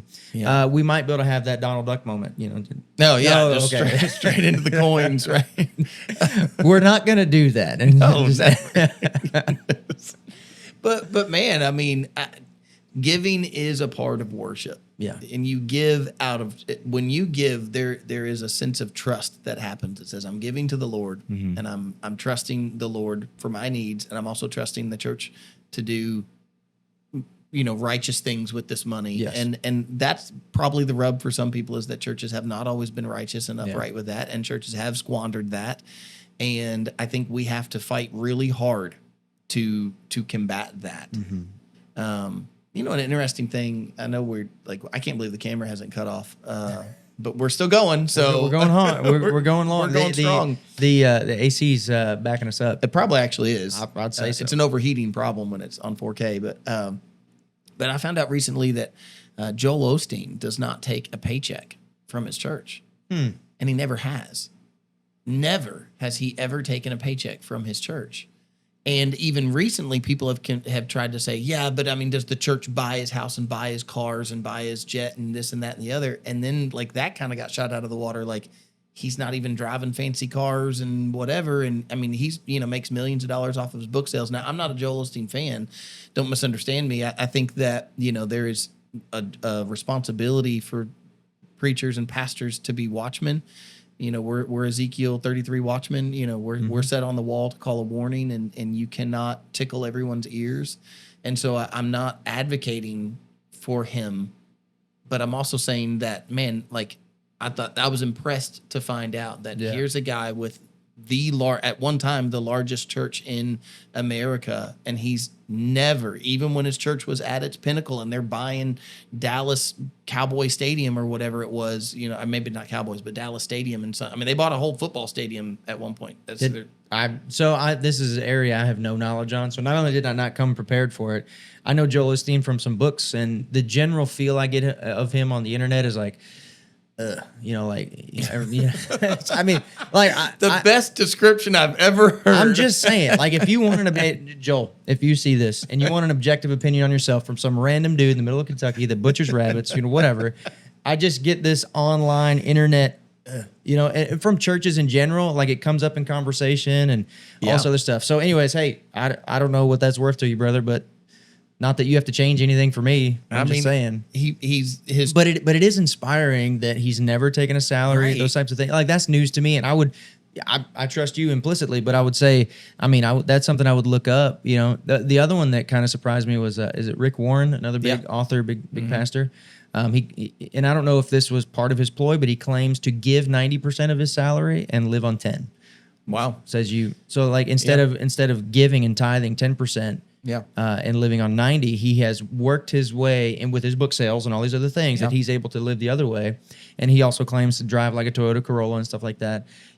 That's not an instant, oh, hey, these guys are good men. That's not what I'm saying either. Right. But it does change the perspective a little bit. So. Well, I think that it helps to, especially when guys like that have so much already, it's suspect. The moment you start filling stadiums and whatever, everything becomes suspect. That's true. All your actions become suspect. And so when you can really put yourself above board and go, all right, I'm doing something. And then when you go radical like that, like I never take a salary, from the church, or, I take 90% of what I make and I give it back to the church or whatever. And at the end of the day, if nobody ever knows that, the Lord does know. The Lord knows our heart, and he knows what we give, and he knows what we don't give, and he knows what we hold back. I mean, remember Ananias and Sapphira, they tried to say they gave everything and they didn't. The Lord struck them. Oh yeah. And so, it's in the Lord's hands, and it's up to him. It's not who are men to be judging each other. And I'm not passing any judgment. I'm just simply saying that, I think that when the church can build trust and people can feel like they trust the church. That was the whole place that I started. People like distrust the church because they think the church is going to use all that money, give it all to the pastor. It's all going to become the pastor's salary, and he's going to. I mean, I've heard of a local church that the pastors, the rumor of the pastor, or the gossip about the pastor is that he never drives the same car to church. And it's probably not entirely accurate, but it's just to say how many cars that this man buys. Guy owns a car dealership. Yeah, maybe, probably actually. He owns a whole lot of things, but but that's like the kind of like statement is, well, he never drives the same car to church. And I think people feel burned by that, and then they think, well, I don't want to give my hard-earned money to that. And that's a whole nother side of that coin. We've got to look at, you're not culturing people to give to you're culturing to say, I'm giving and I'm sowing into the kingdom. Yeah. And I'm doing something with a greater purpose than, I think the temptation is to look and go, well, I don't know that I want to support that guy's salary or that guy's whatever, or they do this thing, like you were saying earlier, the tipping culture, like they do this thing I don't like at church, so I'm not going to give because they'll put the money towards that. Yeah. You've got the wrong mentality. If you look beyond the people and the programs and the color of the carpet, if you look beyond those things and move away from this idea of tipping because I like it, Yep. seek the blessing for yourself. Yeah, because the Bible tells us that it's there, and Yeah. we're not giving. I'm not giving. When I give my tithe, I'm not giving it to Justin Walker. Yes. I'm not giving it to Salt and Light Academy. I am sowing into the kingdom, and it surpasses, it eclipses all of these other things. Yep. If my heart attitude is in the right place, and I Yeah. give, and I want everybody to give. I want everybody else to see that blessing. And it's not a call for your money. I That's don't right. want your pennies. I don't want your pig money. You know, I don't want want your whatever. hundreds if it comes to that. Exactly. I don't want your money. I want you to have that blessing, and I want you to grow closer to the Lord in Yeah. that. Amen. Man, Dude, huge, awesome conversation. great stuff today.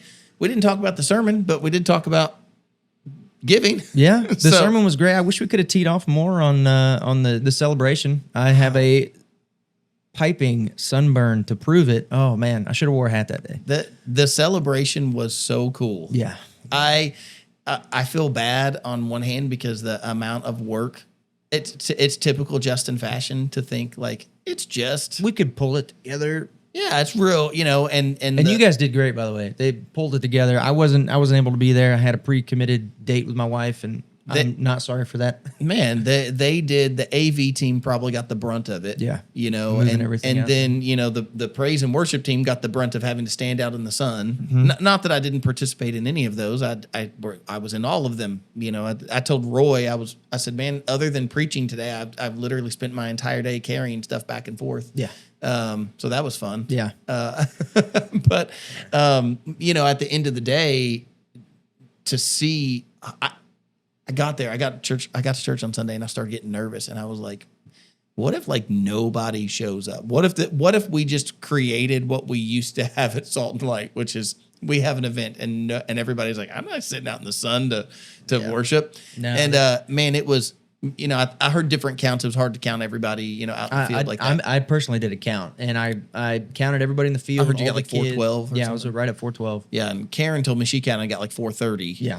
And so like 412, 430, something like that. And I just, man, I think back to the days of 15 years ago when we opened the church, 12 people. Yeah. 12 people showed up at church that day. Man. Here's 400 people out on the hillside, and in this like cool amphitheater, natural amphitheater that we So have outside cool. of the back of the church. Definitely eye-opening to say we really need an outdoor stage with a shade with some roof. for the performers and for the pastors. Right. Yeah. So things have to happen in the future to make those happen more. And I know we've got other things to work on, but the celebration was awesome. People kind of filed in all day, and even after the service, some people came and just came to the celebration portion, came to the cookout. But people were grilling up burgers. They grilled something like 600 burgers. Yeah. and We ate them all. yeah, literally. Yeah, we ran out of burgers. Yeah, we still had some dogs left over. We ran out of burgers. That's a whole lot of hamburgers. That's a whole lot of beef, brother. That's a lot of rabbit meat to trade. Yes, I could have traded it though. Give me a couple months of prep time, You could have traded the rabbits, dude. I'm gonna start making it a church thing. I'm just gonna start growing this rabbit herd, and we're gonna have a whole. People have fish fries. We're Yeah. gonna have a rabbit taco night. I was man, and we didn't even get to talk about this either. But one of the coolest parts of the service was that we had a guy doesn't even come to our church. His mom brought him to church. He's a grown man. He's got his own stuff. But his mom called him the night before, invited him to church. She doesn't go to our church. Mm-hmm. She was going to go to her church. And on her way, so she had to drive a good distance. I think they said somewhere in Indiana. I guess I shouldn't out them and say any names, but that somewhere up in Indiana, she went and picked him up, and she's driving back, and she's going to drive him to her church. And about a half hour away, she said she just felt like the Spirit was saying, "Don't go there, go to Salt and Light." And when she told me that live, like we're standing outside, and she's telling me that, and I was like, "Wait," I said, "Do you go here?" And she's like, "No." She's like, "I go over to this church." I was like, "Have you ever been here?" And she goes, "No, I've never been here." I was like, "How did you even know about us?" And she's like, "I hear your name around town. I hear people mentioning. I just felt the Lord telling me that I needed to take my son over here." Mm-hmm. And so she was like, we showed up, and I said, "Wait a minute. Did you know we were going to meet outside today?" And she was like, "No, I would have dressed differently." She just like literally showed up. And then he says to me, he's like, "Man, I haven't been in a church in 25 years. And he goes, "And I guess I still haven't been," because we were outside. Yeah. So the first time he goes into our church is to go in and go change to come out and get baptized. Yeah. He literally just showed up for the first time, hasn't been in church in 25 years. And man, his testimony when he was talking to me was just so, I mean, I just had like chills the whole time he was talking to me, as he's like, you know, he's using this type of verbiage. He's like, man, when you said today that, you know, talk about like, you're not a child of the dark. He was like, man, I have been. I've been walking in darkness for a long time, my whole life. And he's like, and then he was telling me the story that he'd been praying, and his mom, he'd been praying. He said he felt like something was wrong. So he started praying, and he's like, okay, God, like, you know, I don't feel like I'm supposed to be doing this. If you're real, kind of prayers, like, you know, and he felt like he had this feeling, stop passing up the opportunities that are in front of you. Stop passing up the opportunities that I give you. Yeah. And he's like, what opportunities? And his mom calls him at midnight and invites him to church and says, would you go to church with me tomorrow? And he's, of course, she doesn't know that he's been feeling that way, like something's got to change. And so then he agreed at midnight to go to church. Yeah. And then she changes routes and comes over to Salt and Light. And this guy, what a crazy testimony, man. Dude, it was kind of nuts. Like when he's telling me, I'm putting the pieces together. I'm like, what? Wait, what? Like you've never been here? You didn't even know we were going to meet outside? Yeah. And, man, it was a really cool.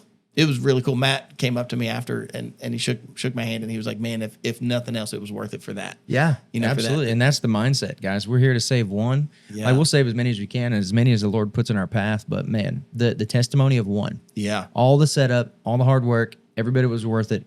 Bill, you did amazing. Yeah. Everybody did, man. Praise so team, kitchen team. Yeah. You know, kids came from the cadets, the Lee Corps came. Lee Corps, they came and set up. Oh, it's awesome. And, man, everybody putting in hard work, and it comes back to that, like, and it bore fruit.